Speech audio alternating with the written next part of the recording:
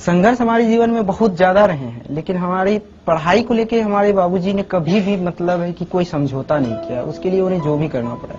एक समय ऐसा था कि रहने के लिए घर नहीं था, तो फिर स्थिति ऐसी आई कि कैसे रहा जाए, मतलब कैसे क्या हो जाए। तो माँ लोग चली गई मामा घर, माँ और दोनों छोटी बहन।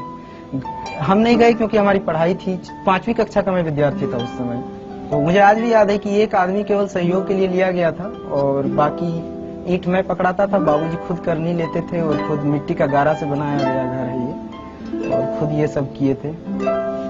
तो ये सब जिंदगी के अनुभव है। मैं इसे कभी भी संघर्ष मानता हूँ इसको। दुख नहीं है, ये संघर्ष है। दुख और संघर्ष में अंतर ये होता है कि दुख होता है कि जिसकी क्षतिपूर्ति नहीं हो सके, किसी माँ के लिए उसके बेटे से अलग हो जाना या असामयिक मृत्यु, ये सब दुख है। लेकिन ये तो जीवन के अनिवार्य अंग है, इसको संघर्ष कहते हैं और संघर्ष हर एक के जीवन में।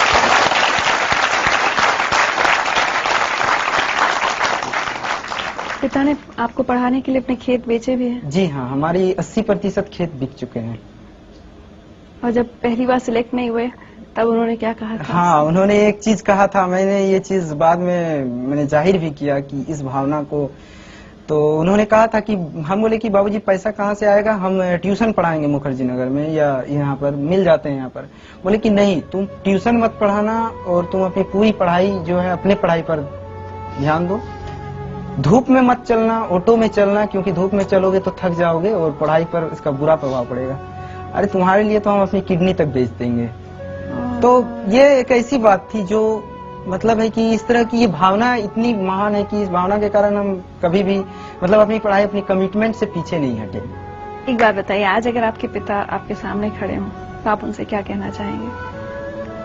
देखिए, मेरे बाबूजी तो अभी मेरे गांव में हैं और शायद अगर इस प्रोग्राम को वो देख रहे होंगे तो मैं उनसे यही कहूंगा कि मेरी सफलता असफलता से अलग आपके बेटे होने में मेरी सार्थकता है और बस इसी सार्थकता को जीवन भर महसूस करना चाहिए।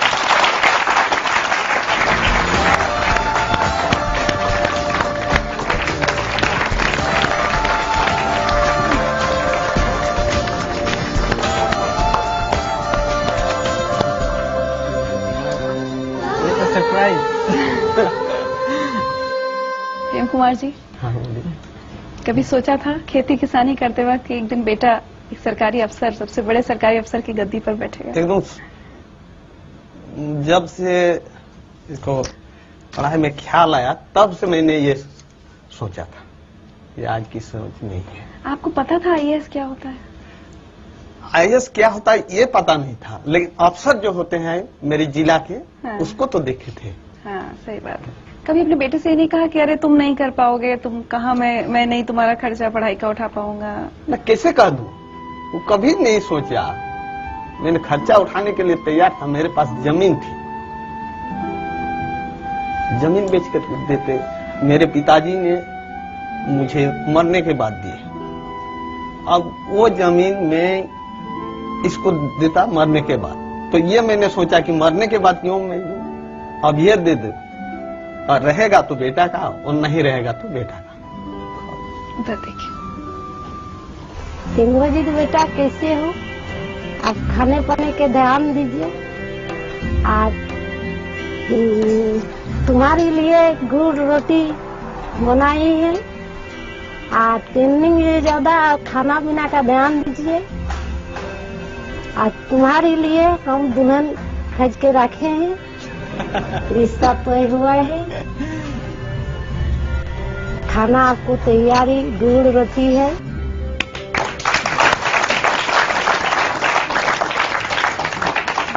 गुड़ रोटी खाने का शौक है? हाँ जी हाँ। बहुत गुड़ रोटी खाता था।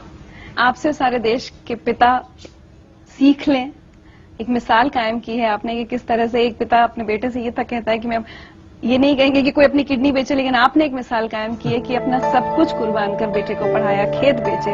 आज जिंदगी लाइफ की तरफ से आपको सम्मानित किया जा रहा है।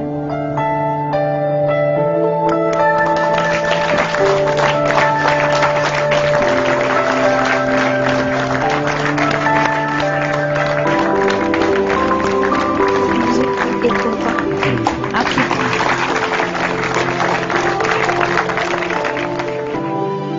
जैसे IAS बने ना, तो ये बोला यार थानेदार की नौकरी छोड़ देंगे क्या? मतलब ये था कि थानेदार ही ना छोड़े, साथ में साथ ये भी रख लो।